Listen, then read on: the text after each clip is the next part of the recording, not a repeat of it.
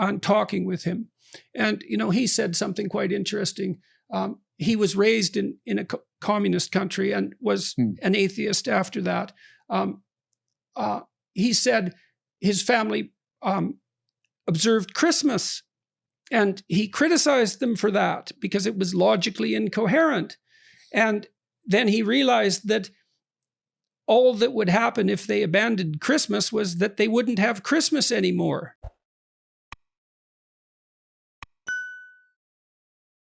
And I can tell you this, those new atheists, so Sam and Hitchens and Dawkins, those guys, they were good evangelizers. I mean, for their position, I deal with young people all the time. Yeah, and they didn't dumb it down either. They didn't dumb it down.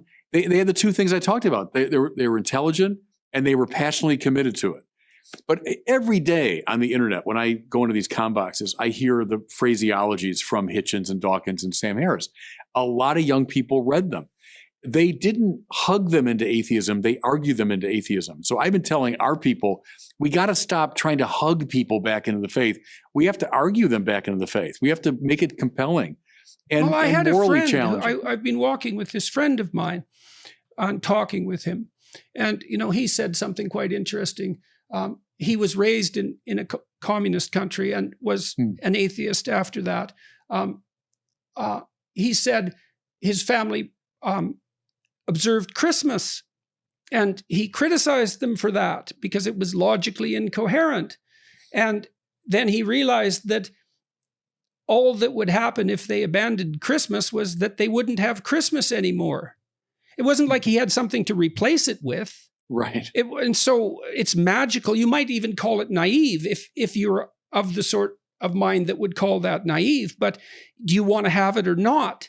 And if the answer is, well, I'll replace it with another weekend, then that's really not helpful. And the problem with the atheists is that they don't have, the best they can offer is something like a materialistic utopia. And I've got nothing against that. Like, I've been talking to people like Bjorn Lomborg and who lay out this vision of an increasingly wealthy world where absolute poverty is a thing of the past, and where people can take the levels of health that are more or less taken for granted in the West for granted everywhere in the world through a process of incremental economic improvement. And, more power to that, I think. Yeah. But I also know that isn't a sufficient story.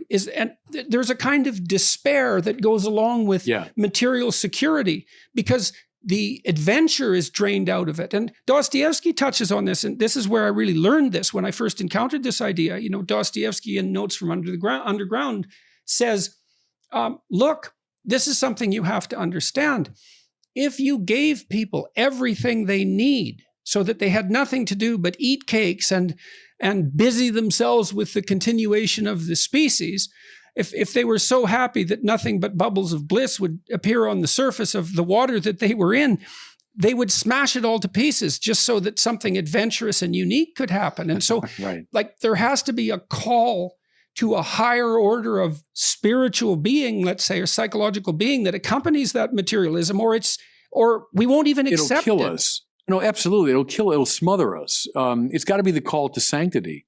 And the call to sanctity is a call to love. And there, Dostoevsky, love is harsh and dreadful. It's not a cute little emotion, or it's not a sentiment.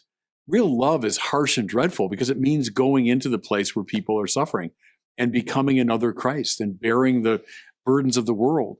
That's serious business. Love is something awful about it, but when you summon someone, there's also something awful about the judgment, because if you love someone, you also hold them to a standard. Yeah, you will their good, right? And that means holding to a standard. Do you know this? Russia triggered this in my mind. I'm reading these wonderful books by this priest, Walter Ciszek. I don't know if you know that name. He died in 1984, but for 23 years he was a prisoner in the Soviet system. So he was arrested in 1939, right when the war got going with the Germans. And make a long story short, he was in Lubyanka prison for 5 years in Moscow, basically in solitary confinement. Then he was sent for 15 years or so to Siberia, to the worst work camps, And he describes it in this book called With God in Russia in this kind of bald, just straightforward way. But all through it, he says, okay, I went into Russia to be a missionary, to announce the gospel. It's not the way I expected it to be. I didn't expect to be in a prison camp, but okay, this is what God has willed, obviously. At least his permissive will is that I be here. So I'll do what I can. And so for 23 years, this man set up, when he was in solitary, a Jesuit program of prayer, and he would go through his day. He had the prayers of the Mass memorized. Then when he gets to the camps, they would smuggle in little bits of bread and wine. So he would say Mass on a little table clandestinely, and he would minister in his own quiet way to the people around him.